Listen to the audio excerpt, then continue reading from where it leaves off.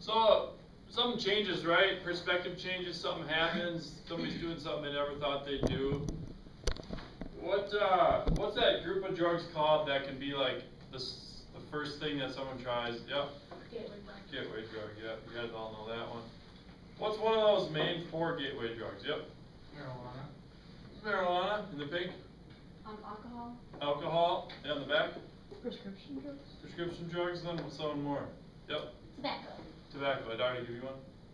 No. Oh, couldn't remember. Tobacco, alcohol, marijuana, and prescription pills. So, when I was in school, it was hard for me to think of tobacco as a drug because I didn't see people getting all like messed up on it like other drugs. But when you think about it, how many people it kills and like the addiction of it, I mean it kills more people than all the illegal drugs combined, and it's the second most addicting thing. It's harder to quit than ecstasy, cocaine, meth. The other thing harder to quit than tobacco is heroin. But, you know, another part of it too is like, not everybody that smokes a cigarette is a horrible person, right? It's a bad decision and it sucks, it's really hard to quit and it kills you, and not to mention it just went up in price. But it's one of those things that, you know, it's really easy to keep doing because you can buy it at a store. And it has the tendency to lead to other things because it's addictive. But then moving on into alcohol, you see like beer commercials and stuff like that, and it kind of can come off as like not a big deal. I mean, it's just a commercial about beer, right? Nothing bad ever happens in a beer commercial, does it? No. Not really. Like, how many of you guys have heard of somebody getting so hammered they're throwing up all over the place? Yeah, they're gonna have a beer commercial where some guy's like puking over the balcony, like, drink Miller. They gonna do that? No, right? That wouldn't sell beer, right? Would it? Probably not. No. Are they gonna have a guy swerving and crashing into a tree? No. Tiger Woods. No, right? So yeah, they're not gonna put that in a commercial because they want to sell beer. And what are they gonna do in the music videos and the radio and all that stuff? They're not gonna make it sound bad, right? It's just one big party, right? All you gotta do is put a drink in my hand. Last Friday night, Red Solo Cup, whatever, dude, I don't know, man. Like, you hear the songs on repeat on the radio all the time. And so, you're gonna maybe think, oh, not that bad, you know? And that was the message I heard a lot in high school, middle school. I just kind of felt like it wasn't that bad. My dad didn't have a drinking problem. He would drink a couple beers, he'd fall asleep, whatever. I didn't know that if you drink alcohol before you're 21, you're 10 times more likely to become an alcoholic. I didn't know you're more likely to experience depression. And I felt like that everyone drank. Because I'd come in on Monday and Tuesday and I'd hear people talking about it. Like, dude, I was so hammered last weekend, I slammed like 10 beers. Or everyone was at my party. Has anybody heard somebody talking like that before? Nobody has? A couple people have? I heard it a lot. But what I didn't realize is that the people that don't drink don't come in and talk about how much they don't drink, you know? Nobody's coming in on Monday talking about how sober they got over the weekend, right? Dude, I was so sober, I slammed like 10 bottles of water, man. It was so sober, it was crazy. Anybody ever heard that before? No, right? And so the point I'm trying to make is that the people that drink talk about it, the people that don't drink don't talk about it. And actually the majority of people in high school don't drink, and by far the people in middle school don't drink. So if you're one of those people that's made the decision not to all the way through, you're in the majority. Moving on into marijuana, what are some reasons why people might say marijuana is not a big deal? Yep. It's not one of those, like, dangerous drugs. Like, it's not one of those drugs that are, like, really talked about. Like, nobody makes a big deal on, like, TV about marijuana and that kind of stuff. Yeah, yeah, okay. Yep, it's in the media and stuff, and maybe it could be seen as like an all-natural thing, comes from the ground, it's a plant. You guys ever heard that before? What else? Have you guys heard about it? That's not addicting? You heard that before? Yeah. Marijuana's not addicting? You guys are just like asleep. Yeah. It's not gonna hurt you as much as the other drugs, bro. It's not gonna hurt you as much as the other drugs will. Okay. Yeah. Yep. It's easier to quit. It's either easier to what? Quit. Oh, easier to quit. Yeah, okay. Yeah. So those are some of the things I heard. I also heard it's like medicinal and everything and whatever. It comes from the ground, man. You can't get addicted. What other drugs come from the ground? Yep. Cocaine. Cocaine, what else? You can see all now. Tobacco. Tobacco. Yep. Caffeine? Caffeine, does it? I think so. I don't even know, man. Not even sure. I don't really study caffeine. What did you say? I said I'm not even sure. I'm not even sure, What's up dude. with It's that? so I know gross. most alcoholic beverages come from the ground. Caffeine does? Yeah, grounded coffee beans. Oh, from coffee, yeah. Like the actual substance of caffeine, like where does it originate from? It's like a big chunk of like sugar and it looks like mud pretty much. And like they take it apart like you would like evaporate it with the salt water. So it comes from the ground? Yeah. It Comes from mud? It comes from the Well, I'm guessing it's a natural, Yeah. it's pretty much a natural thing. Oh, I don't know. Like it's found, and then it comes straight out of the ground. Oh, okay. I have no idea, yeah, I never used caffeine. I just learned something from you guys today. Yeah. Like, Anyways. if you find sugar in plants, it doesn't come straight out of the ground. Right, sugar comes to the ground, yeah. So, anyways, that's besides the point. Marijuana, heroin, do you guys know heroin comes from the poppy seed plant? Yeah. No. Tobacco comes from the ground. Yeah, so like a lot of harder, like is it cool to go smoke crack because it comes from the ground? It's all natural, dude, just smoke some crack. It's all good for you. No, right? Like that sounds dumb. If everything that came from the ground was good for you, people would be like smoking poison ivy or something. You know what I'm saying? Yeah. But it's not. So that's kind of whatever. And then the addiction part of it's a little different. If I'm having a rough day and I feel sad and I smoke weed and I feel better, what might I want to do the next time I'm having a rough day? Smoke weed. And if I do that enough times, I could become addicted. Once I become addicted, it's more of an emotional thing. It's not so much physical addiction, it's more like I want it to do things. How many of you know somebody that wants to smoke before everything they do?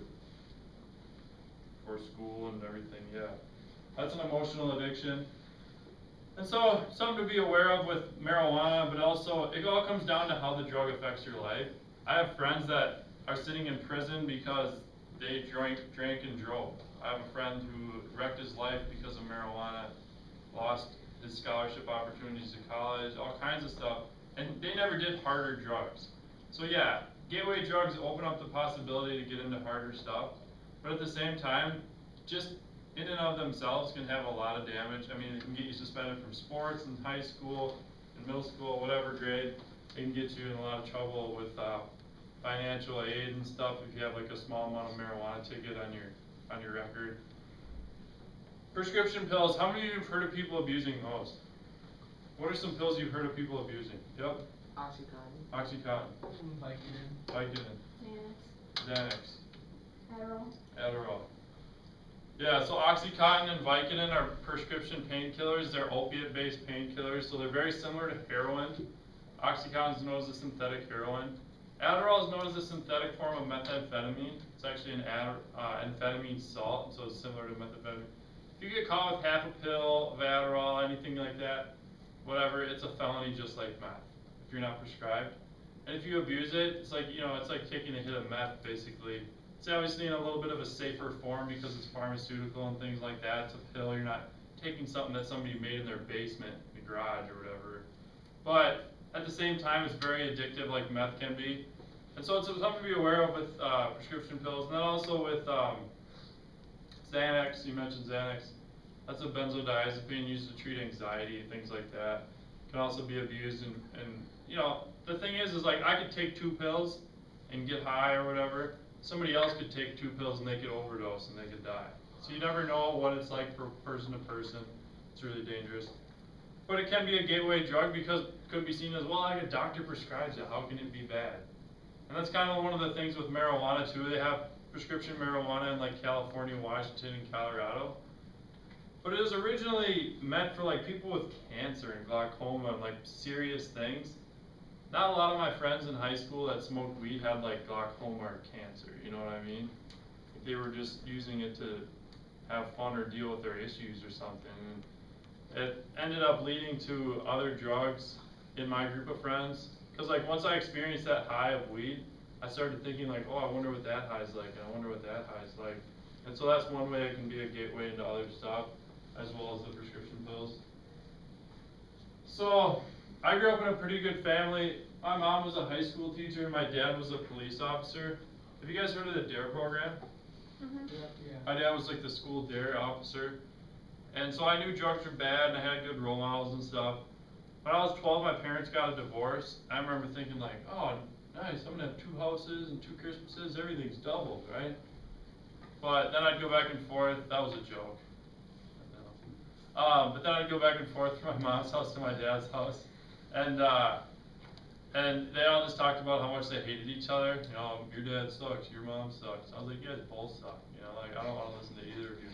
So I started to get really rebellious against my parents, and pretty soon, you know, I started to get rebellious against my teachers, whatever. Like, I was just not a very happy person. But I wasn't gonna like talk about my feelings, you know, like, yeah, I was depressed, whatever. I wasn't gonna talk about it. So that's just kind of how I was for a couple of years until about 8th grade rolled around. And when I was in 8th grade, I started to drink when I was 13. The reason I started drinking is because I was getting in a lot of fights with my parents a lot, and I felt like I needed something to take the edge off. And once I used alcohol to start dealing with my problems and to like have fun, we'd start stealing it from our parents and all that stuff. I got caught drinking when I was 14. You guys know what a minor consumption ticket is? What is it? Who can tell me what it is? Yeah. It's a kid under 18 that's drinking. Under 21. Under 21. Yep, under 21, drinking under 21.